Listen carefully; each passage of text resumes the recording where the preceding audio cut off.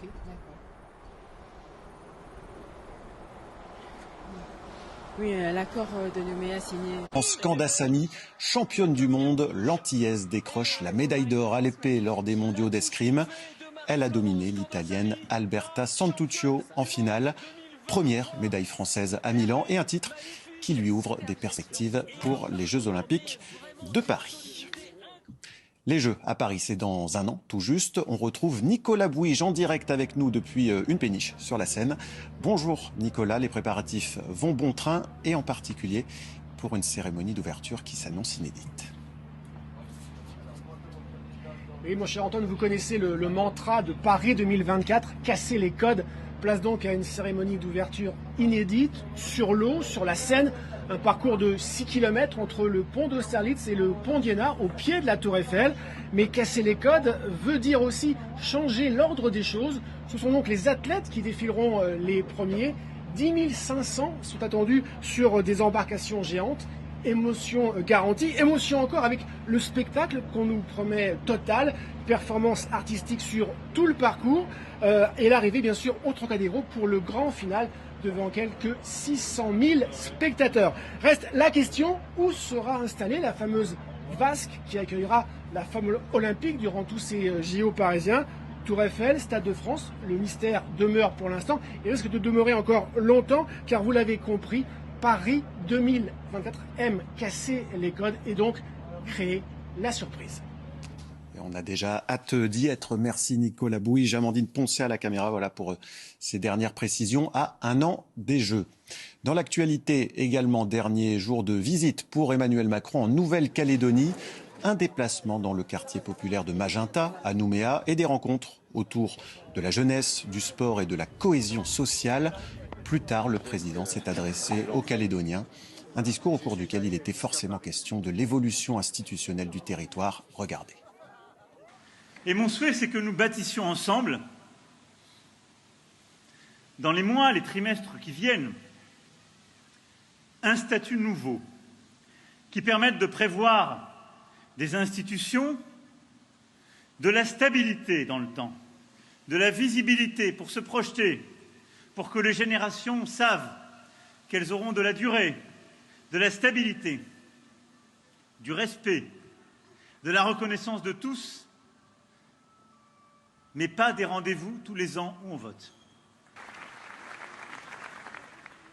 Et donc il nous faut un nouveau statut, avec un processus, mais qui serve ce projet d'avenir, d'ambition et de respect, et qui, bâti sur le consensus, soit fidèle à nos valeurs et à notre devise.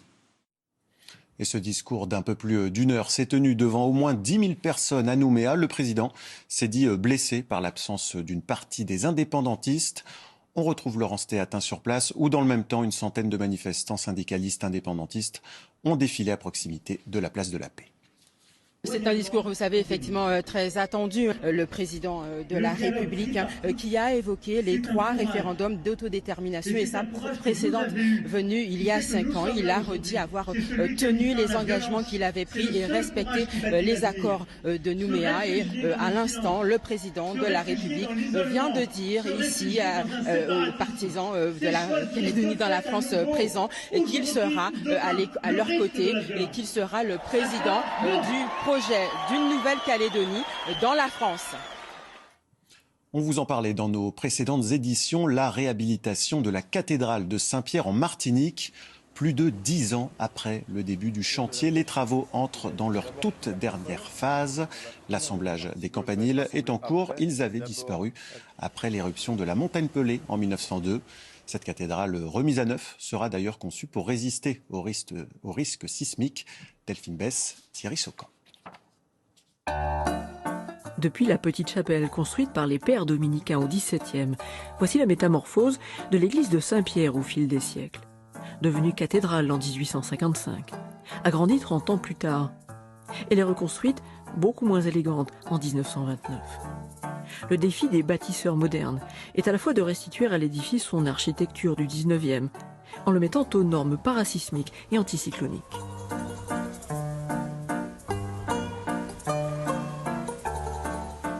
Donc on a dû s'inspirer un peu de ce que Eiffel faisait pour la Statue de la Liberté à l'entrée du port de New York, il construit un grand pylône métallique et sur lequel il agrafe les éléments de la statue. Ici, c'est pareil.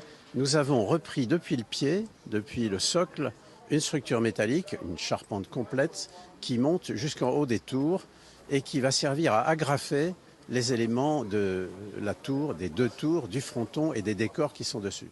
Invisible de l'extérieur, cette armature en acier boulonnée au béton sera désormais garante de la sécurité des paroissiens. Comme derrière ce fronton, entre les deux tours, qui accueillera la rosace et la statue de Notre-Dame. C'est un défi technique quand même.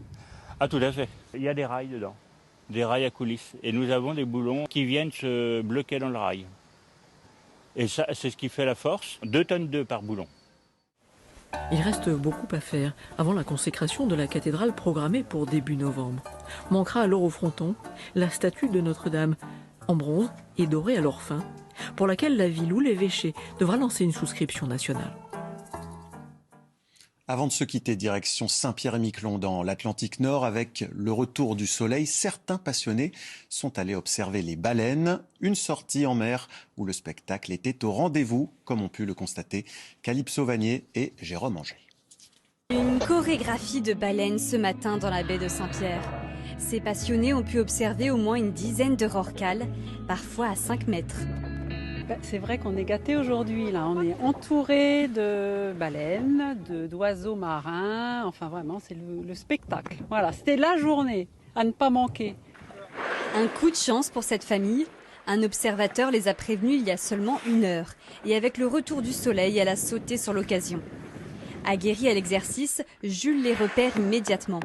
Tous les conseils que me donne mon beau-père aussi, qui est vraiment spécialisé dans ce domaine-là. Et vraiment, je fais des sorties en mer depuis que j'ai 10 ans, 11 ans. Donc c'est vrai que ma force de venir ici en pleine mer, on a l'habitude, je pense, de reconnaître des baleines à bosse, des rorquals communs. Donc c'est toujours avec un grand plaisir de les observer aujourd'hui. Une excursion familiale, mais aussi à visée scientifique. Ces passionnés sont formés à l'observation des mammifères marins. Et l'idée était de collecter des données sur ces espèces menacées et de les transmettre à des scientifiques.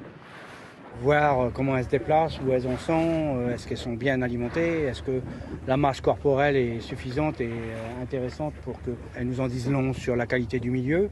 Et puis par exemple, une des baleines à bosse a une blessure à la base de la queue et on voit bien que c'est vraisemblablement un cordage. Donc est-ce que c'est des casiers, est-ce que c'est des filets, enfin, etc.